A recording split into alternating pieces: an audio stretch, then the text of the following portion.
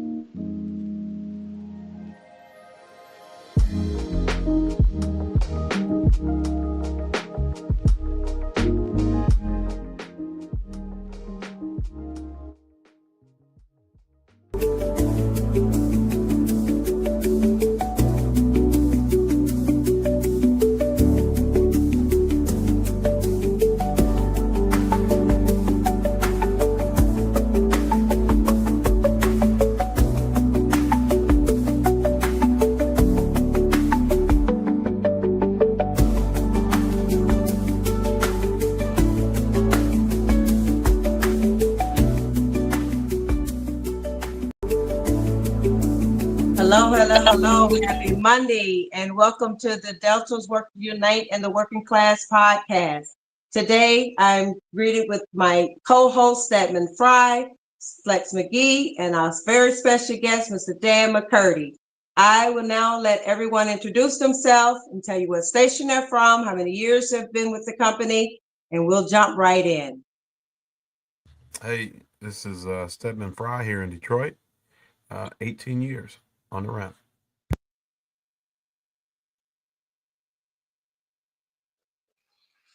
Hey, what's going on? Flex McGee down here in Atlanta, and officially 25 years as of yesterday. Yay! I'll pass it over to my brother. Yeah. Dan Mccurdy, Minneapolis, and I've got 27 years. All righty. Well, we got a great podcast for you guys today, so we're going to jump right in. We're not going to waste no time because we're going to leave no stones unturned today. So today we're going to be talking about the form of a union and the why that people often have about why do we need a union. So as we all know, people oftentimes have emotion as to why they should or should not vote for a union. So I'm going to start off with Dan, and Dan, I'm going to ask, and anyone can jump in, Stedman, Flex, but can you explain why it is taking so long to get unionized at Delta Airlines? Sure. It's one of the largest union organizing drives taking place in the world. And so when you have 18 to 20,000 workers that you need to teach, and to make sure that they understand the need for a union, it takes a long time to get around to everybody and to collect those cards to get enough support to call for an election. So, I've been at it for quite some time, and this isn't a cheap sell. I mean, I know with the four of us here, we're not going around just collecting cards like just to get us to an election. We want to actually have conversations to make sure that whenever we do get to that election, we also win that election. So there's definitely informing because the company puts out a lot of misinformation, and we've got to combat that. So, and another reason why it takes so long, I would say, is that cards fall off after 1 year. So if you sign a card today, it's going to expire in 1 year from today. And I don't think a lot of people understand that. They think, well, I've signed my card, I'm good, let's have this election. Well, you did sign a card, but it was a year and a month ago. And so now your card's expired and we're looking for you to try to get it valid again. So it's a process, but it's also a process that we're willing to go around and get the cards. We believe in this. Obviously, the four of us, we've been doing it for quite a while, and we're going to get it done. I truly believe that.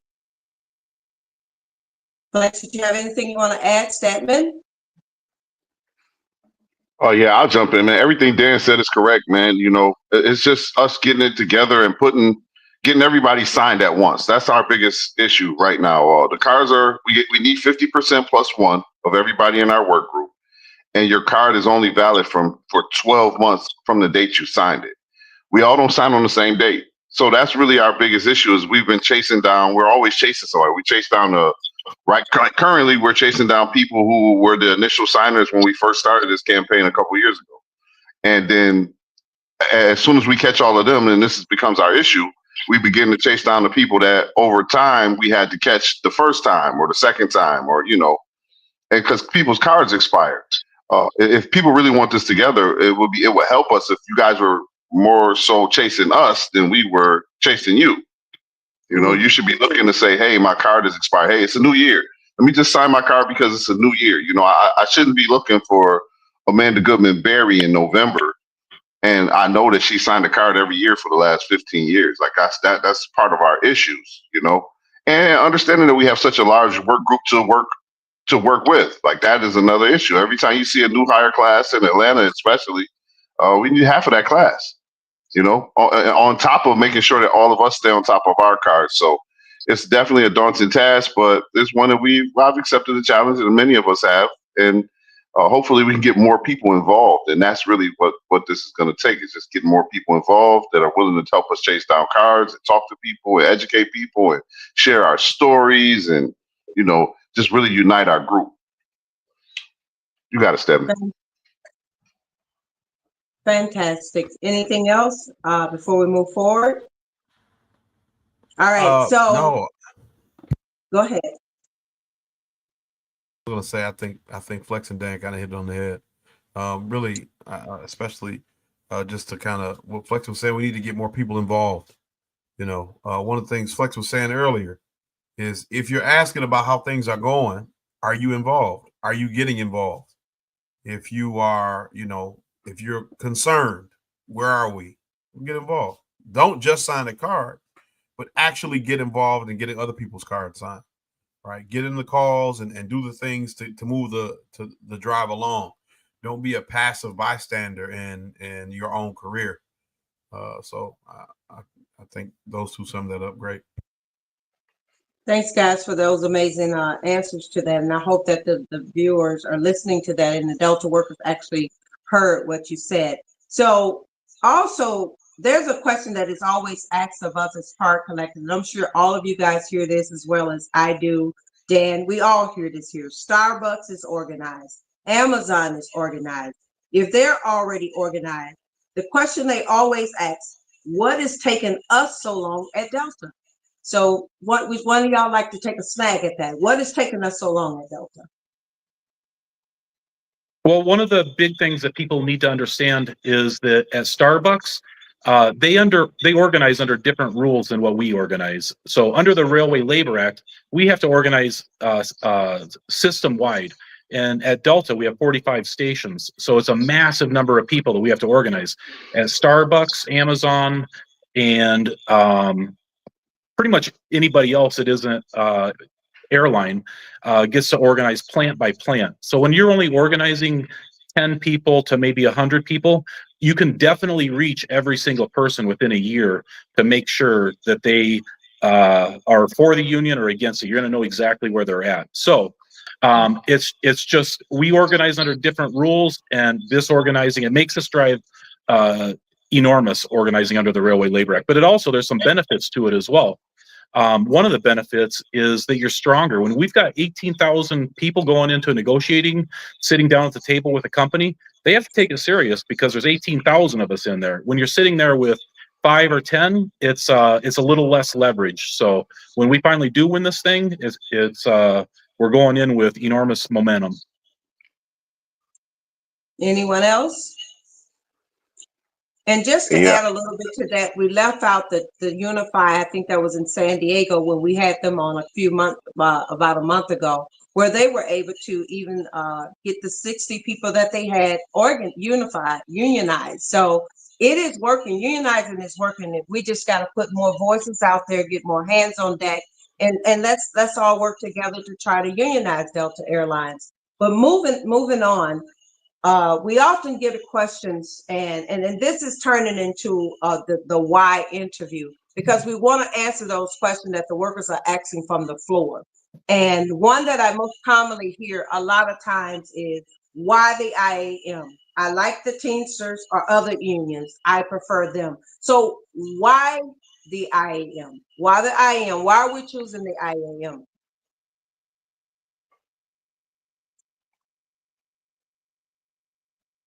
I'll take it. Go ahead. Yeah, If you go have ahead. something for us. No, bro. Hey, bro, go ahead. Trust me. I'll jump in after you. Give me Okay. the opportunity afterwards. I'll go after you. Yeah, I mean, one thing that people should understand is that the IAM has the leading contracts in the industry. They represent more airline workers than any other union.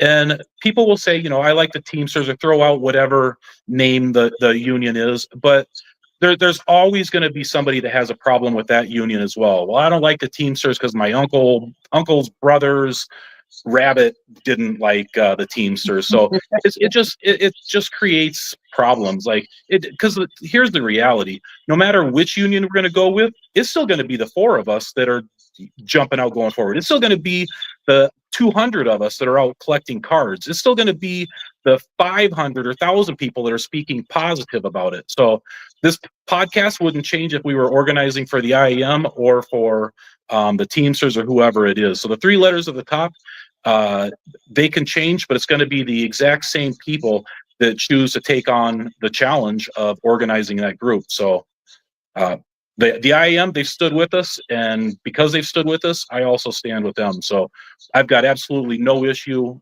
with the IAM. I believe in them, and I think that they can help us get this to an election.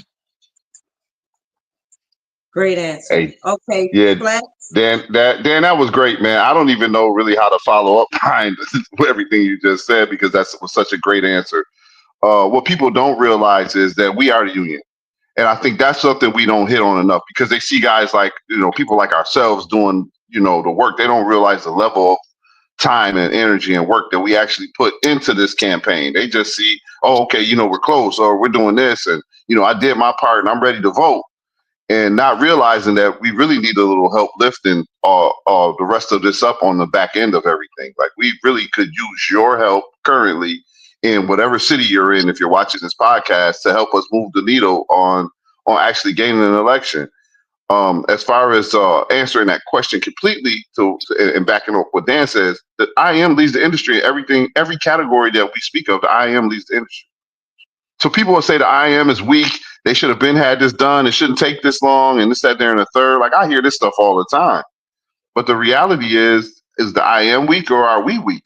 Are we the ones who haven't been able to get it across the line? Because I kind of take offense to it. Because you're saying what should have happened, what shoulda, woulda, coulda, but you're saying it, and it's like, here we are, we got sideline quarterbacks or Monday morning quarterbacks. Everybody telling us what we should do, but when you ask them could they get involved, like, oh, well, my kids, I got to go to my kids' soccer game after work, and I can't come this day, or my wife has me working on a project at the house, and I understand all this. I respect it, actually. I get it. Like, you have lives, but the people that you see pushing the union also have lives. We are also the same as you, and we make time for things that matter, just like everything else in life. And for us that are still involved in this and still moving and still pushing the IM, like, it's important enough for us to do it. None of us would be standing here pushing the IM if the IM wasn't a good union. I don't think that would be the case. None of us would. Like, everything that you look at that leads the industry is IM negotiated. And we trail behind everything. So you can say we should go with Teamsters because Teamsters is strong in trucking, or Teamsters has a bigger name, or TW. I like the Southwest contract. Everybody who always says this stuff are always the people standing on the sideline that aren't willing to do anything, and they really don't know. Because when you ask them what contract Teamsters has in the airline industry, nobody knows. You don't even have real answers to this. So really, your objection to what it is, who we choose to run with, or who we choose to stand with, you have to realize that it's not even based on anything but what you think. There's no concrete facts behind it. So I'll land my plane there. Let you guys go ahead. Because we stand with the IAM, because they have stood with us to everything. They're gonna hang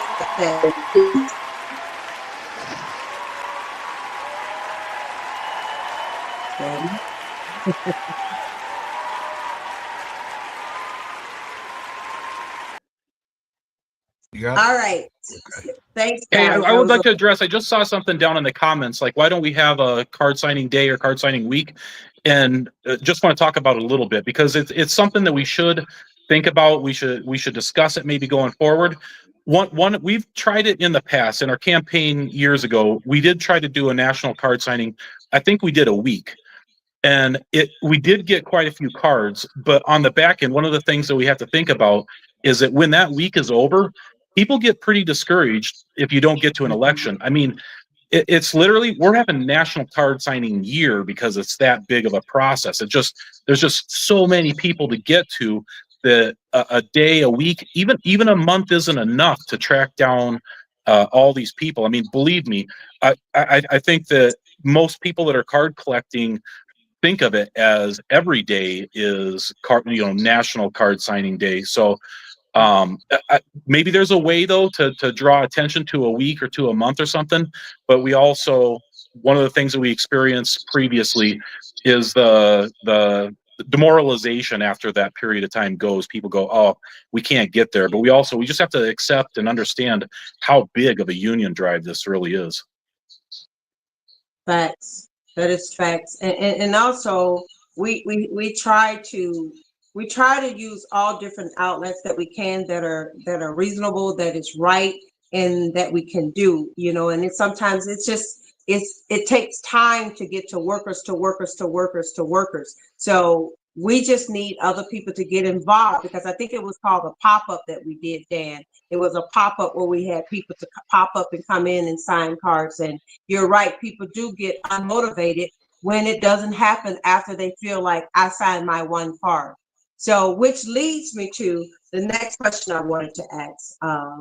A lot of times people would say, I would sign a card, but if I sign a card against unionization, Delta will retaliate against me. We might lose our profit sharing and our benefits if we unionize. There's absolutely no facts to that. But Dan, I'll let you or Flex or Stedman answer that. What do you think about that? These are common things that are being said if we should unionize. Well, the first thing is we have the federally protected right to organize and form a union. If that's somebody's mindset that their own company might retaliate against them for exercising their federally protected right, you need a union. Like, seriously, that's the craziest thing to think, oh, I'm not going to do it. Because when you sign a card as well, the company doesn't know about it. The only person that knows is the IAM and then the National Mediation Board if we get it to an election. The company never, ever finds out. So anybody that says that, you need a union. And if you're afraid that they're going to take away your flight benefits, or if you're going to lose profit sharing, anything like that, then you know what? You have some serious trust issues with this company, and we're going to need to get that written into a legally binding contract. And the other thing is, think about it if they did take our flight benefits away. Who's going to be working out there? How are they going to attract people to work out there? That's part of our compensation package. Like, people love their flight benefits, and there would be a lot of people walk away. And if Delta thinks that they have trouble finding people to work out there right now, it would be 10 times more difficult if they took our flight benefits away. So I just encourage people to use some common sense. Facts. Anything else from you two, Stedman, Flex? Yeah, kind of just like what Dan was saying.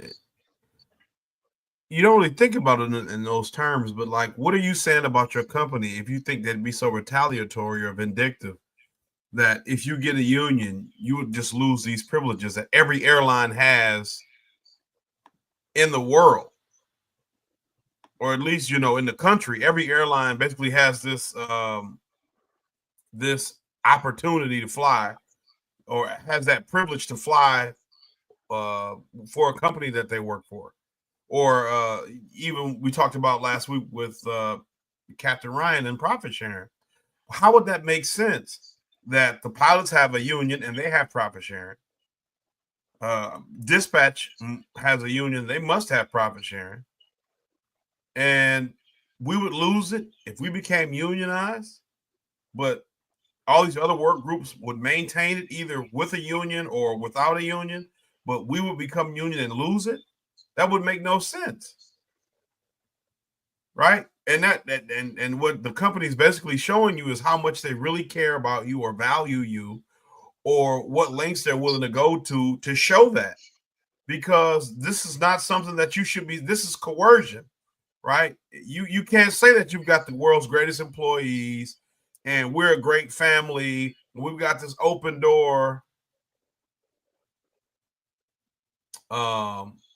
You can't say that and then have this vindictive way you handle employees who are trying to do what they think is in the best interest of their own careers. That makes no sense. So, I think we need to understand that too. That if we are actually those of us who think that's a legitimate tactic, who really think, oh man, if we get a union, we won't be able to fly anymore. We won't be able to do, use a benefit. The only benefits to the job outside of the contract of worker and employer. Then what are we saying about our employer? What are we really saying at the end of the day? And if anything, that points us needing a union and that protection even more. So,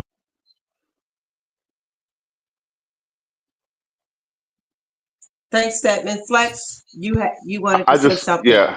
I just want to jump in real quick and just remind people that fear is a campaign, or that is a tactic in a campaign that they use to keep us divided. When you keep people in fear, what they want is for inaction from employees, and that's what that's what we fight against every day as organizers. Is people's fear, inaction to become more involved, inaction to actually know more about what's going on. It's the inaction that actually kills our drives or stalls. It can't kill us, but it stalls us to where we can't push through to the next level of where we need to be, because people they're always questioning something. I'm not going to tell you I haven't had doubts about different things during this campaign, about walking in break rooms and talking in front of managers or supervisors, OSMs, PLs, whatever they called them at the time. I have definitely had fear, but I have to remain brave enough in not just our message and what we believe in, but what it is we're trying to accomplish. Like you can't have bravery without some sort of fear. So people, it's okay to be scared. It's not okay to sit around and do anything, even if it's just sign a card. Sign a card is the bare minimum, but you have to talk to your coworkers, especially the ones that you might like. Somebody might highlight and say, "Hey, he's not really, for he or she is not really for the union, and they don't have enough information." And you can't wait around for one of us to come around. You got to start explaining it to them as you see things happening as well. Like that's why we are where we are, where we're kind of in this not quite there pattern. It's just not enough of us talking about what needs to happen and how it's going to happen and what needs to be done. And it does take time and effort and volunteer work. And I mean, I can speak for like we're volunteering currently. There are people who are right now are out living their lives with their family, as here we are doing a podcast to try to inform them, the people that talk crazy about us or say that we need a union but not the IM. Those people are currently living their lives as here we are trying to spread our message. And we have to remember that and be mindful of this is what it's going to take. It's going to take a little volunteer work. If it's just the four of us, which it's not, I don't want to say that. It's just going to take longer. You know what I'm saying? That's what it boils down to.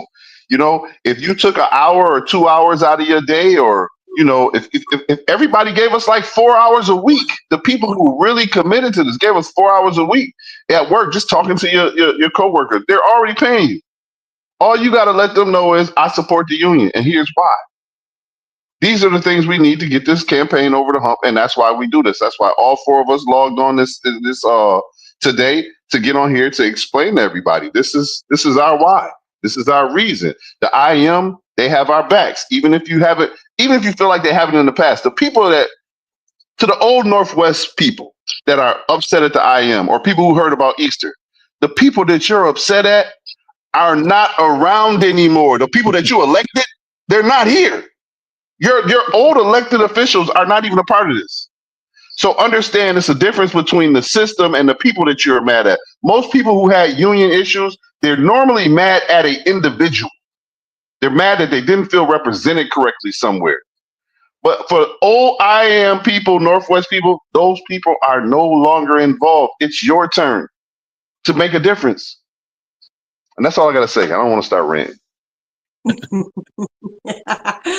was a good rant, though. I was going to sum it up with I'll choose the IM over 1,000 times, because the IM is standing with us 100%, 200%. So that's definitely what I would like to wrap that up with, solidarity. All right. So the next thing is more of a statement, and then we'll go into the question.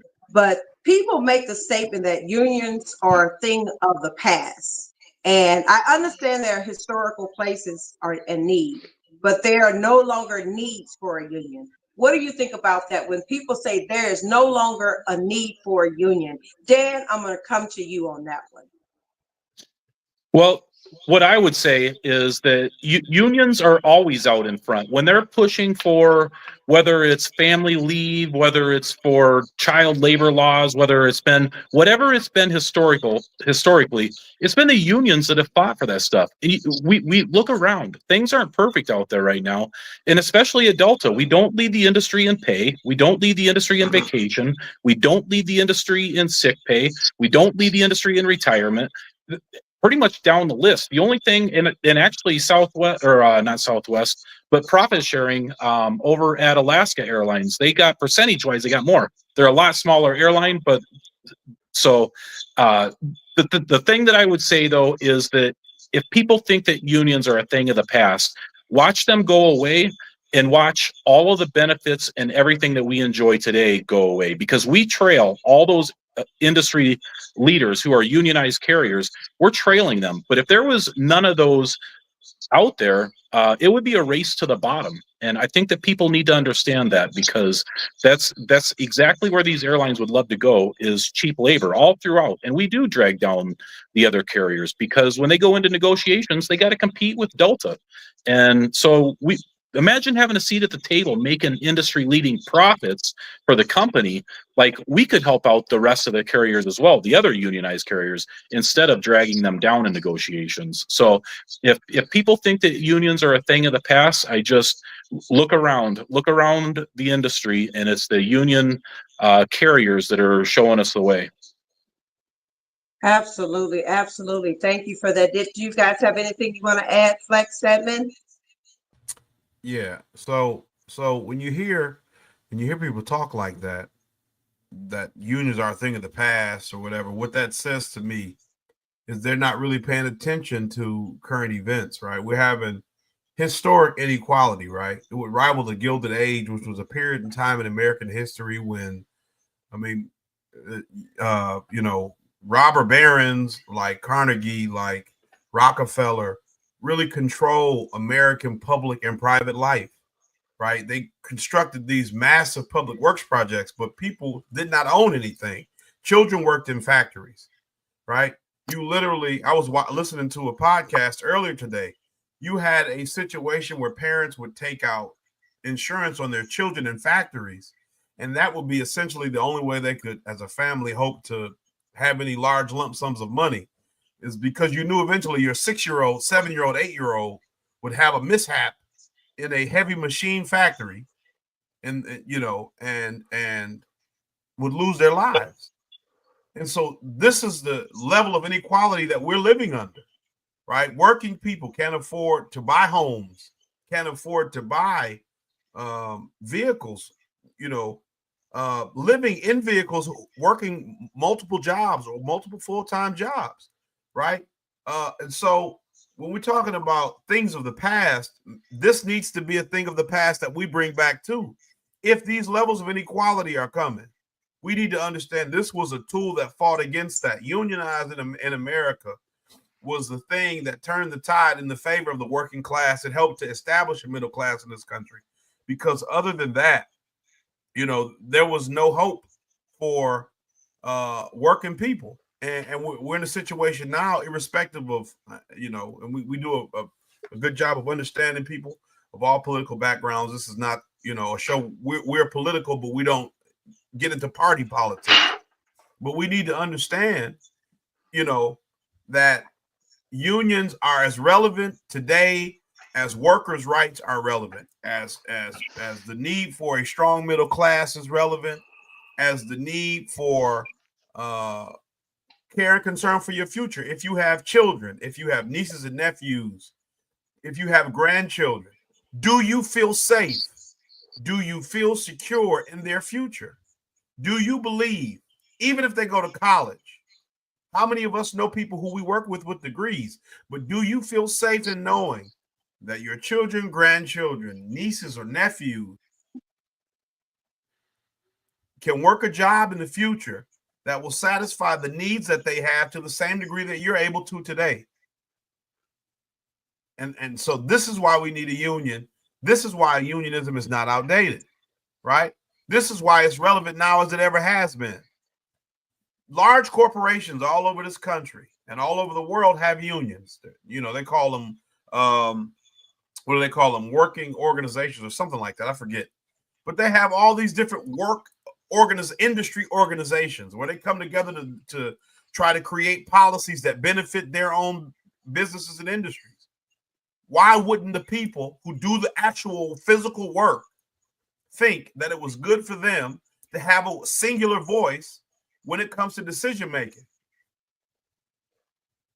We have companies, as Dan said, as Flex said, who, if they could, they would pay us nothing and give us no time off, and they would not do any flight benefits if they could, or any kind of privileges, because they try to do whatever they can to make sure that they can squeeze out every dollar from everything that's going on. Right?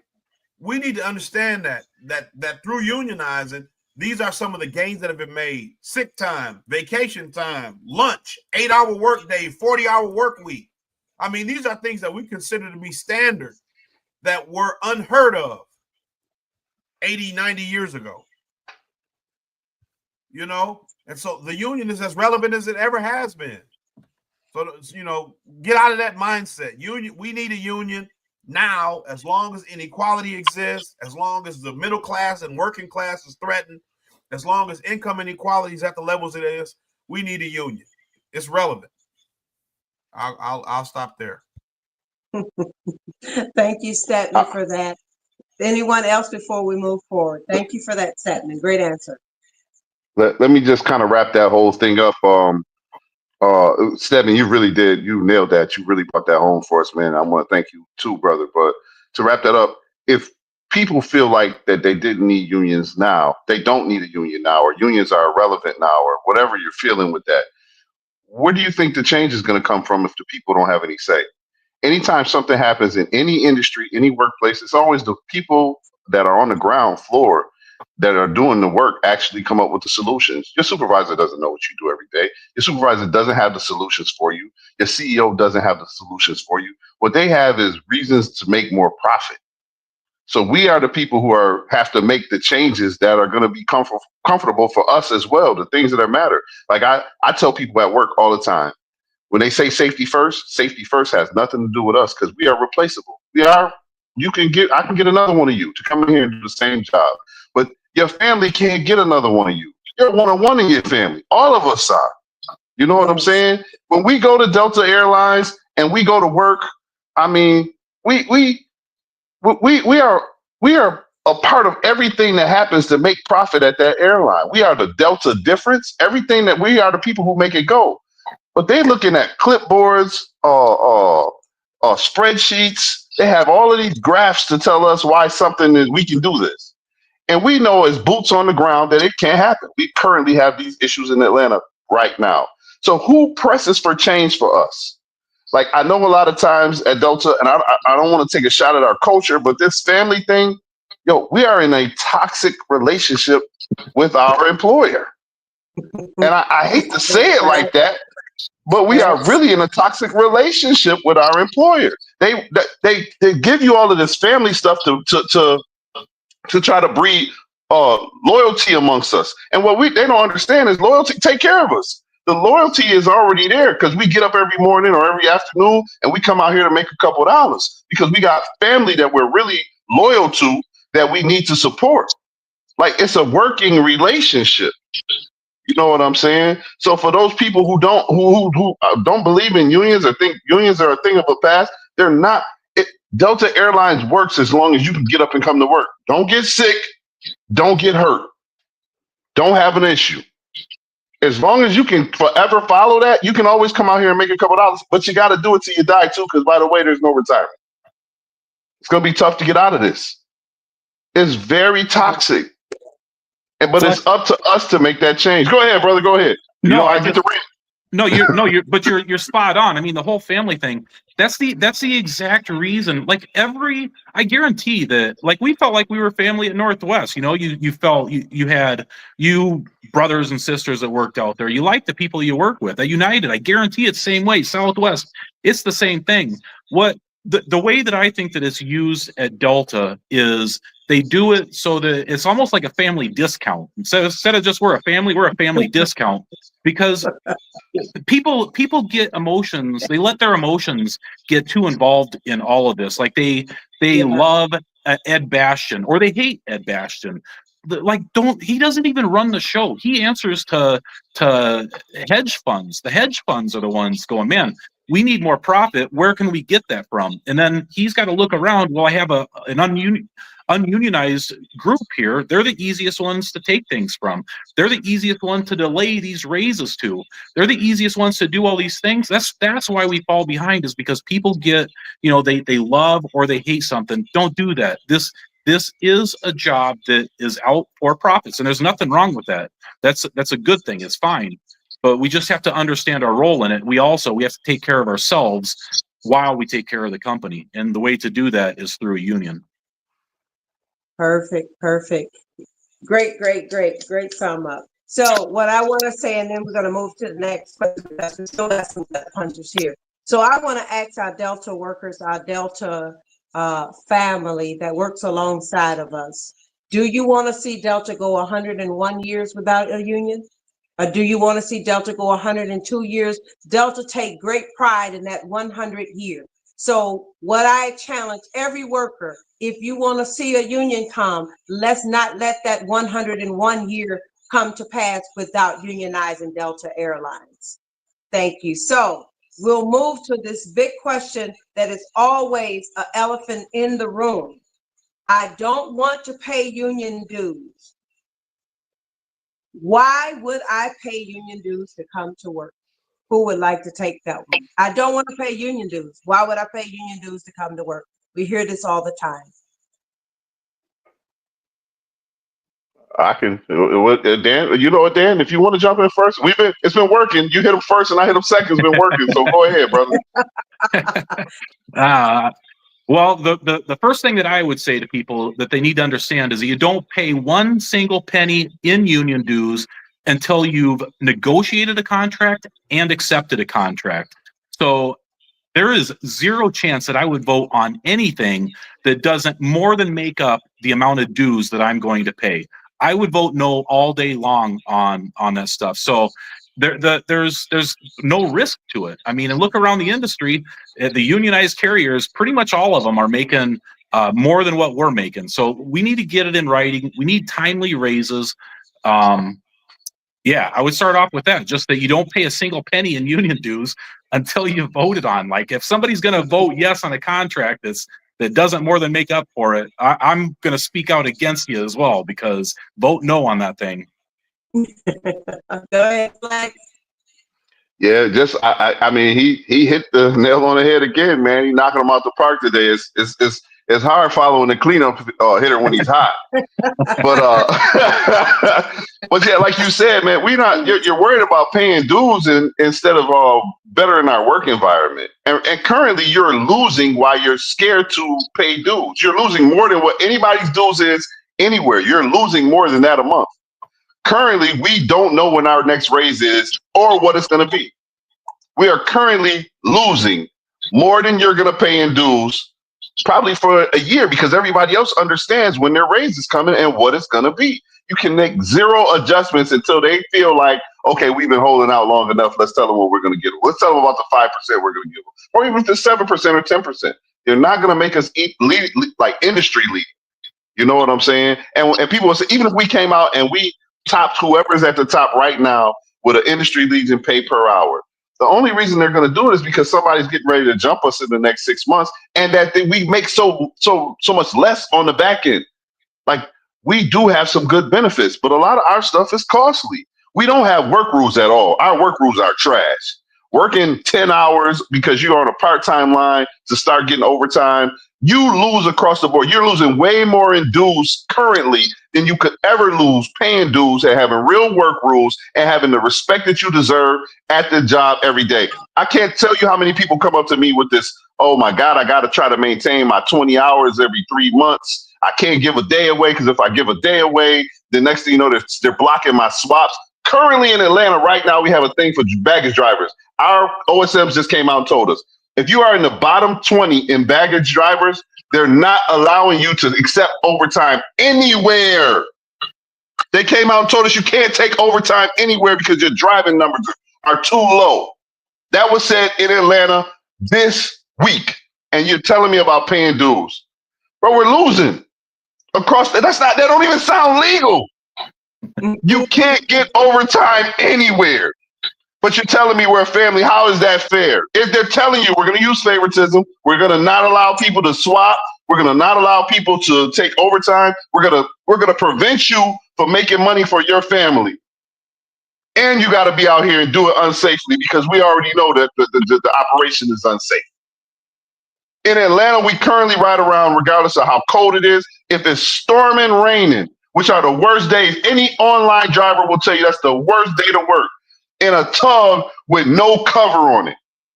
You can't even pick your head up and look, but you're telling me go outside to be safe. You're telling me go outside and keep your bump caps on. You're telling me about safety, everything's safety. Safety means don't tear up one of these planes because a plane that you hit can't make money, and don't say anything to mess up our brand. That's what the social media policy is about. Safety don't have nothing to do with us because you are replaceable. All of us, none of us are irreplaceable at the job. And they've set that up that way.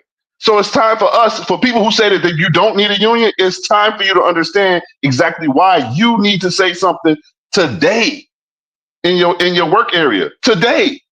And all of y'all know what I'm talking about. We all got friends who had to sit out, that person that you haven't seen for a year, and then they come back and say, yeah, man, I kind of messed up my bag, but I've been out for the last 13 months on 60%, or if they finally made it to long-term disability, and then, they're messing with me and I can't do this and I can't do that. You don't continue to gain your, Dan, I remember you telling us a while back, you don't have a pay relationship with the company. You're a sidebar if something happens to you. And that's a problem. That's why we need to unionize. We need to better our workplace, our relationship, our toxic relationship with a company who feels like food trucks, pizza, popcorn, and nonsense is what we're here for. And we're not here for that. We're here to make a decent wage, a decent living, and have a decent time for our family. And it's not even decent at this point. We just out here collecting a couple dollars. And I stand for change. And I am with the I am. Ooh, how do I even come with the next question? Let's give a hand clap on that. This has been a terrible upsetting.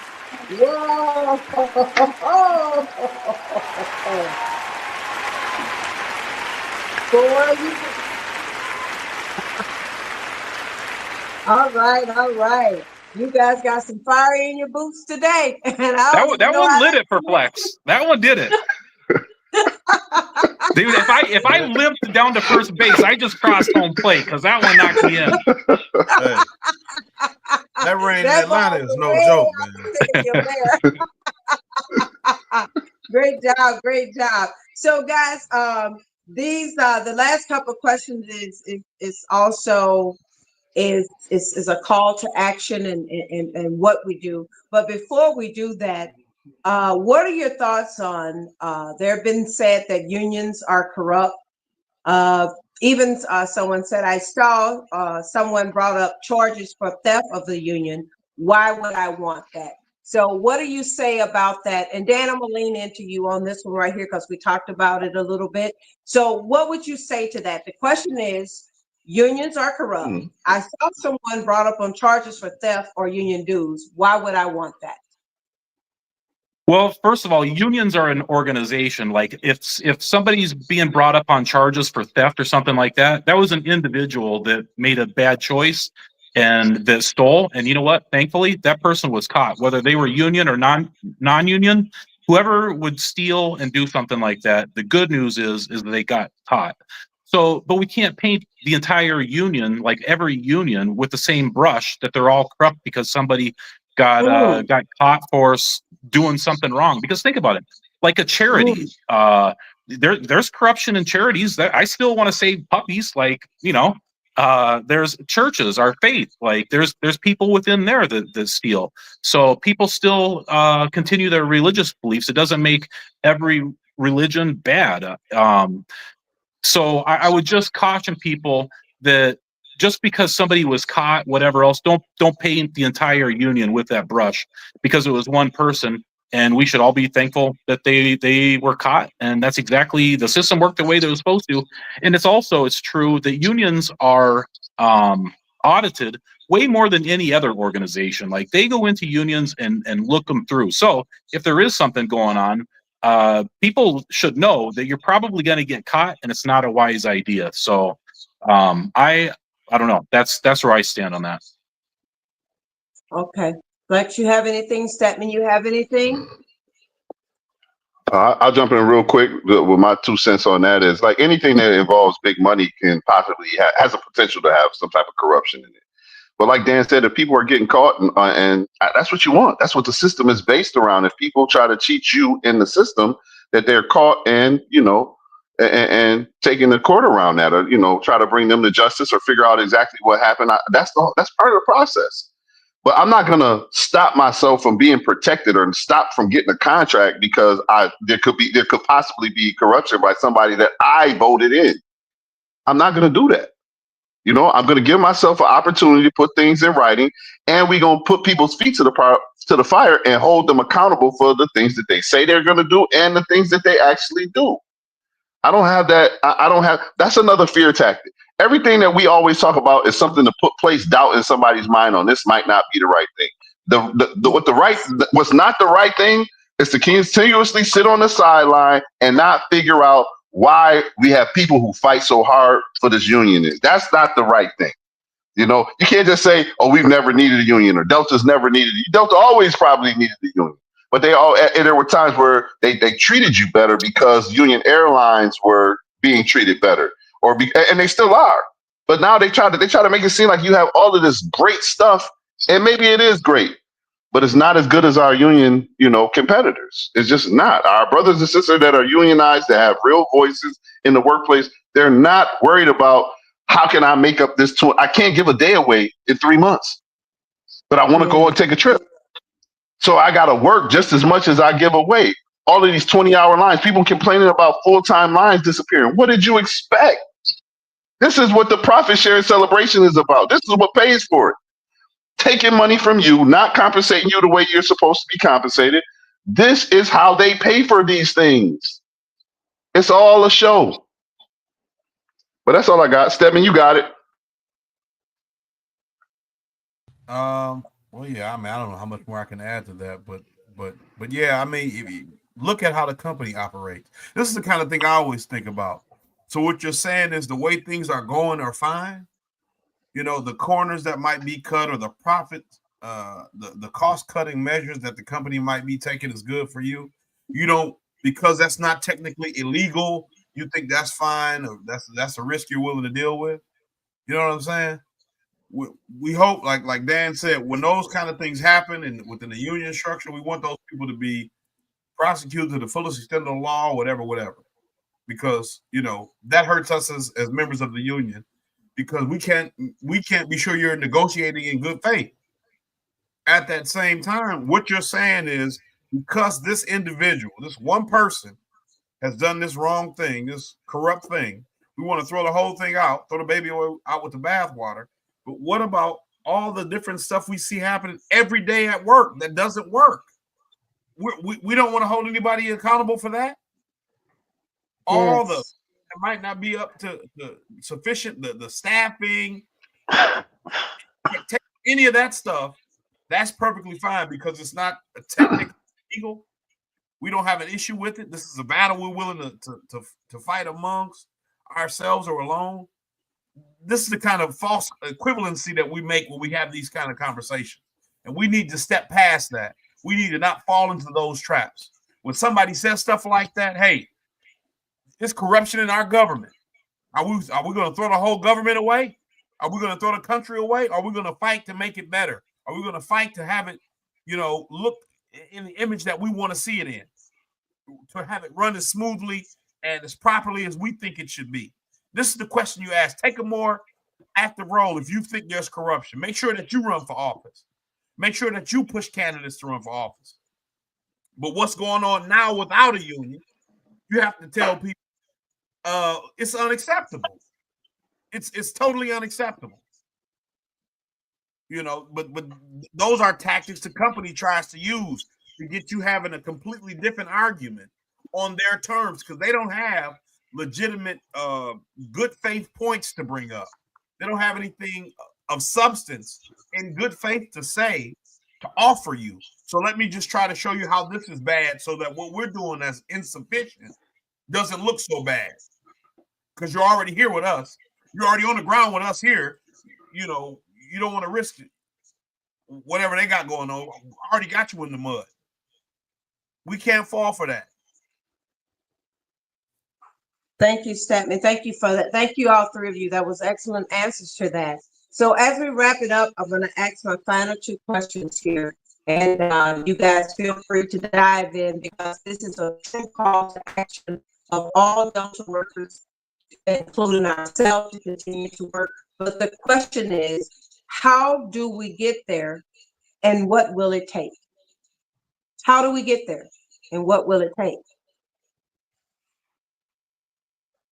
Go ahead, Dan. Well, I would say, I mean, how do we get there? I mean, cards is the obvious answer, but it's not the only answer. In order to get those cards, we need activists. We need card collectors.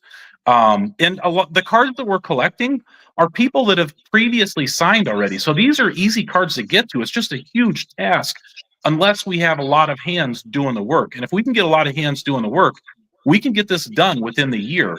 But when you're talking 20,000, 18 to 20,000 workers that you have to go collect these cards from, it's just you have to have a true momentum on the ground that's organized, that goes out and collects these cards. And also, maybe you don't want to do that. Maybe you don't want to collect cards. What you do have to do is be mindful that maybe your card could be expired when you're not you haven't thought about it in a while. And you know what? A year did slip by. Come find an activist. Go find somebody. Go on the Delta Workers Unite webpage or the Facebook page and find a card. It'll be sent to your home. Like, just make sure that your card is current instead of having somebody track you down. Make sure your friends. You probably know where your friends stand when it comes to unionization. If you think that they're pro-union, make sure that their card is up to date as well. Tell them to go find an organizer. That's how we get to an election, is getting the people that already want a union to get all of their cards valid at the same time. And it's a huge task, but there's some things like that we can do to speed the process up. Excellent answer. Go ahead, Flex. Yeah, like Dan said, man, we just need a few more hands in the pot stirring, helping us, move this whole thing forward. If we can just get, it's as simple. You don't have to be one of us. You know what I'm saying? You don't have to be this committed, but you have to be committed to the level that you're willing to commit to. And that's at least just talking to your crew every day. I got a guy, my guy Frank, man, in Atlanta, man. Frank came down from Detroit and he helps. And, Frank's got people to sign cards, just speaking with his crew. People who were anti-union their entire life have signed cards because you can relate everyday struggles to why we need a union. I don't have to just listen to you complain about why it is. And I do this too all the time. And everybody in Atlanta tell you. And, people say, they'll start complaining and cry about something that's happening. It sounds like y'all need a union. Everybody laughs when I say it, but it's the truth. That's what always makes it so hilarious to everybody, is because, man, we've been talking about this. But y'all still worried about profit sharing and flying, things that aren't going to go anywhere. It's a reality of it. You have to get beyond the fear and the lies that you've been told by OSMs, the anti-union teams, who are really afraid that they're going to lose their job. What do they need me for if you guys unionize? Like the stuff that I fight for, I tell our OSMs all the time, you don't even have. If you get hurt out here, there's going to be an issue. I'm fighting for more vacation for not only me, but for you. I'm fighting because you might have to come into work. I've seen this in Atlanta, at least. You come into work on your off days because they don't have enough OSM staff. And they know it's going to rain tonight. Like, you already know it's going to rain. So all of the solutions come from the floor. That's why I believe like this solution of unionizing from the floor ultimately is what we need. It's what we do every day. All the answers in our workplace come from us, the people doing the job. And it's time for us to have a seat at the table where they make decisions about our job every day. I'll leave that there. Excellent, Stedman. That's excellent. Excellent. Stedman, did you have anything you want to say? Yeah, so kind of along the same lines of what Flex was just saying and what Dan was saying. Talk to your work group. You know, you don't need to go out of your way and get a million cards signed or whatever. But if you have a coworker or a group of coworkers that you work with and you can talk about sports, if you can talk about the basketball game, the playoffs, football, DraftKings, whatever, you could say, hey, man, we need a union. This is why, whatever. You could just blah, blah, blah about the union just that easily. It's that simple. Just talk to your circle. If everybody could just talk to their circle of people at work without going out and trying to knock down the airport, but just deal with the people that you see every day, that would start that process. Get a card from the person that you, or point the person that you work with to the people who you know are signing cards. If you listen to this podcast, you're pretty invested in this drive. Point that person to the people you know who are getting the card signed. It's that easy. You know, you don't have to go and find people. You don't have to put yourself out there. You don't have to, none of that. Just the people you interact with on a daily basis. Direct them to the people who sign cards or direct them to the people who are in the drive. It's that simple because we just need numbers. We can't all be everywhere. There's 4 of us here. And there's other people everywhere, but there's still a limited amount of people who are as involved as we are relative to the amount of people we got to get in touch with. So we need everybody to take a more hands-on approach. And that does not mean, as been reiterated, that does not mean that you got to be, you know, the number one most active person. But that does mean is being as motivated as you are to talk about sports as you are to talk about your career and your future. So that's what it is. Is it important to you? Great answer. Great answer. So as we wrap this up of how do we get there and what will it take? Coming from me, I'm going to say you.